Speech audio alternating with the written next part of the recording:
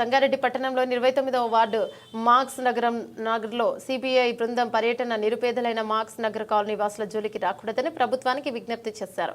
September 2న collectorate ముందు ధర్నా చేయడం జరిగింది. స్థలం ఇప్పించిన వారికి ఇండ్లు కాపాడుకోవడం తెలుసు. అధికారులు మార్కింగ్ పెట్టి కాలనీ వాసులను బెదిరించడం మానుకోవాలని, ప్రజాప్రభుత్వం పేదల జోలికి రాదని ఆశిస్తున్నామని సిపిఐ జిల్లా కార్యవర్గ సభ్యులు ఎండి మహబూబ్ ఖాన్ అన్నారు. సంగారెడ్డి పట్టణంలోని 29వ వార్డు మార్క్స్ కాలనీ మార్క్స్ నగర్లోని గత 30 సంవత్సరాలుగా నివాసం ఏర్పరచుకుని ఇంటి పన్ను నల్ల బిల్లు ఛార్జీలు కడుతున్నారు. ఇప్పటికీ వీరికి పట్టాలు ఇవ్వకుండా ప్రజెంట్ ఆక్యుపైయర్ పేరుతో కట్టించుకున్న అధికారులు ఈ కాలనీ చెరువు గుంట పక్కన ఉందని మార్కింగ్ వేసి కాలనీ వాసులను భయభ్రాంతులకు గురి చేసి ఊరుకునేది లేదని ఆయన అన్నారు. బడాబాబులు చెరువులు గుంటలు కబ్జా చేసి కన్వెన్షన్లో ఫామ్ హౌస్ విలాసవంతమైన కట్టడాలు నిర్మించుకోవడంతో ప్రజానికానికి సాగునీటికి ఇబ్బంది కలుగుతుందన్నారు. ఆలోచనలో తెలంగాణ రాష్ట్ర ప్రభుత్వ హైడ్రా కమిషన్ ఏర్పాటు చేసి అటువంటి కట్టడాలను కూల్చడానికి భారత కమ్యూనిస్టు పార్టీ సిపిఐ స్వాగతిస్తుందని హర్షం వ్యక్తం చేశారు.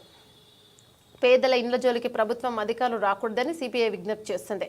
ఈ టీంలో రెగ్యులైజేషన్ కోసం జీవో నెంబర్ 58 ప్రకారం పలుమార్లు దరఖాస్తులు చేసుకున్నప్పటికీ రెగ్యులైజేషన్ చేయకుండా కాలయాపన చేయడం సరైంది కాదని వారు అన్నారు.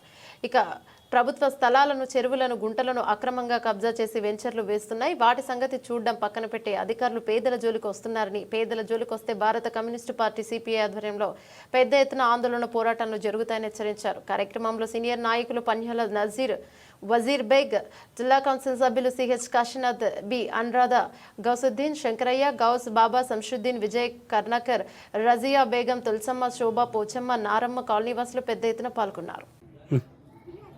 సంగారెడ్డి పట్టణంలోని 29వ వార్డు మార్క్స్ నగరు గత 25 సంవత్సరాల క్రితము సిపిఐ పార్టీ పోరాటం ద్వారా ఇండ్ల స్థలాలు వస్తే ఇక్కడ ఇండ్లు నిర్మించుకొని నివసిస్తున్నటువంటి పరిస్థితి ఉంది.